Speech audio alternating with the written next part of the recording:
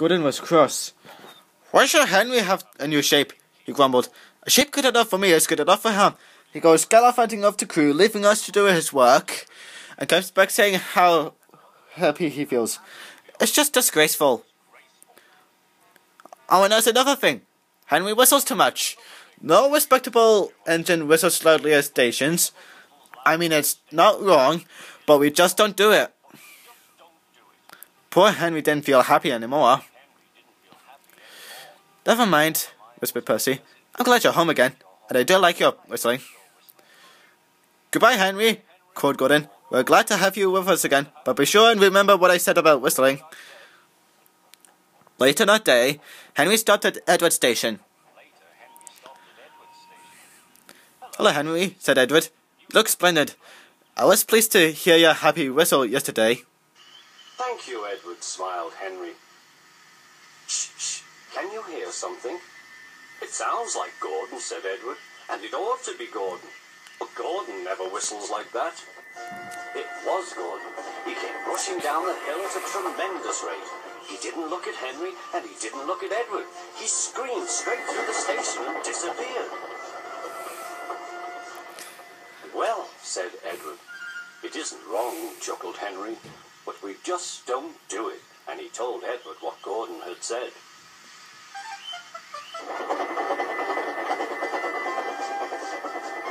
Meanwhile, Gordon screeched along the line. The noise was awful.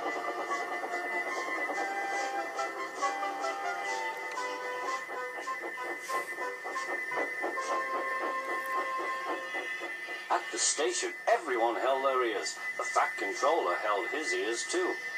Take him away, he bellowed, and stop that noise! Gordon puffed sadly away, but he wouldn't stop whistling until two fitters climbed up and knocked his whistle valve in place. Later that night, Gordon slunk into the shed. He was glad it was empty, but he had to get a new whistle in the morning. It isn't wrong, murmured Henry, to no one in particular, but we just don't do it. And nobody mentioned whistles. Well, except me. Next morning, Henry was enjoying himself enormously. I feel so well, I feel so well, he sang. Trickety-trug, hoped his coaches. Then he saw some boys on the bridge. Beep, beep, hello, he whistled. Oh! He cried. The boys didn't wave and take his number. They thought it fun to drop stones on him instead. They've broken our glass! They've broken our glass! Sobbed the coaches. Even though the passengers weren't hurt, they were cross. Call the police! Some of them shouted. No, said the driver. Leave it to Henry and me. What will you do? They asked. Can you keep a secret? Asked the driver. Yes, yes. Well then, said the driver. Henry's going to sneeze at those boys.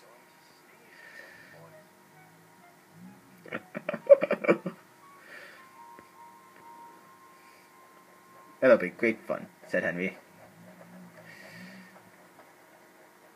Lots of people were waiting at the station just before the bridge and wanted to see what would happen. Henry has plenty of ashes, said the driver. Please keep our windows shut until we pass the bridge. Henry's as excited as we are. Aren't you, old fellow? But Henry was feeling stuffed up to reply.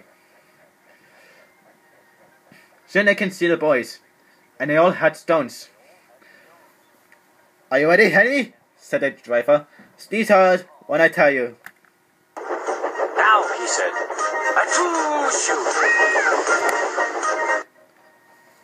Oh, good grief, said the boys. Well done, Henry, laughed the driver. Henry went home very pleased with himself, hoping that next time he crossed under the bridge, he hoped the boys weren't dropping stones.